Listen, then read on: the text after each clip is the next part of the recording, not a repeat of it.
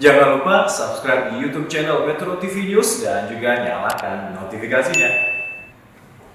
Pemirsa, perumahan Nerada Estate Cipayung, Tangerang Selatan masih terendam banjir akibat luapan anak Kali Pesanggerahan. Banjir terjadi akibat turap anak Kali Pesanggerahan ambrol sehingga menutup jalur air. Untuk mengetahui perkembangan proses perbaikan turap di sana, kita bergabung dengan Nisrina Kirana dari Tangerang Selatan. Nisrina, selamat sore. Pasca longsor yang terjadi, sudah sejauh mana perbaikan dilakukan? Selamat sore Afi dan juga pemirsa. Hari ketiga ini jebolnya turap di kawasan Ciputat, Tangerang Selatan yang menyebabkan longsor. Masih terus dilakukan perbaikan. Dan terlihat di belakang saya proses untuk pengangkatan material runtuhan ini dari jebol. Ini masih terus dilakukan. Dan untuk mempercepat proses evakuasi dari pihak pemerintah Kota Tangerang Selatan ini juga telah menurunkan sebanyak 3 alat eskavator atau alat berat untuk nantinya dapat membantu proses perbaikan turap yang jebol tersebut. Dan diketahui juga dampak dari adanya turap yang jebol ini mengakibatkan aliran sungai dari Kali Anak Pesanggerahan tertutup dan kemudian menyebabkan air ini kemudian meluap ke pemukiman warga yang berada di perumahan Nerada Estate dan juga ada di perumahan Polisi Udara yang memang letaknya ini bersebelahan dengan lokasi longsor yang ada di perumahan Gria Satwika Telkom. Dan hingga saat ini juga terlihat dampak dari adanya turap yang jebol. Banjir masih menggenangi perumahan warga dan ketinggian air masih mencapai sekitar 50 cm.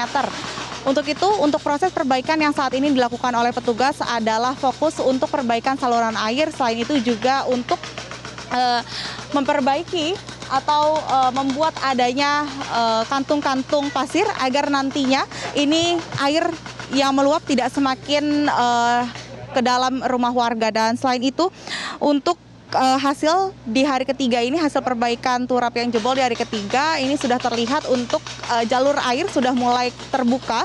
Selain itu juga terlihat untuk proses evakuasinya saat ini yang ditargetkan akan rampung sekitar 3 hingga 4 hari juga masih akan terus dilakukan. Selain itu untuk 3 rumah yang roboh ini nantinya akan ditangani oleh Dinas Perumahan Rakyat dan Pemukiman. Namun untuk warga yang rumahnya roboh ini berdasarkan pernyataan dari Wali Kota Tangerang Selatan Benyamin Daphni nantinya akan disewakan rumah untuk sebagai tempat tinggal sementara.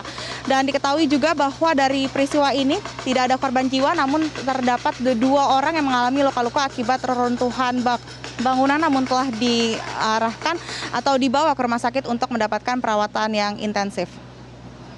Afi. Nisrina, bagaimana dengan evakuasi warga? Apakah masih banyak warga yang mengungsi? Ya, Afi, hingga sore hari ini warga yang terdampak banjir rumahnya ini masih mengungsi di sejumlah tempat-tempat pengungsian yang memang telah disediakan.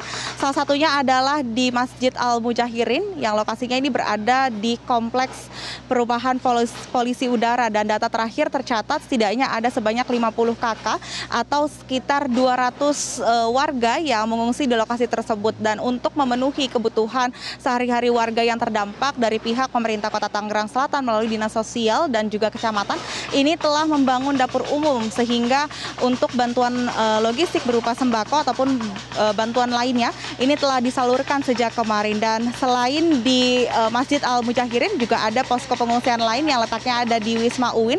Beberapa warga yang rumahnya terdampak ini juga dialihkan atau diarahkan untuk menuju posko pengungsian tersebut.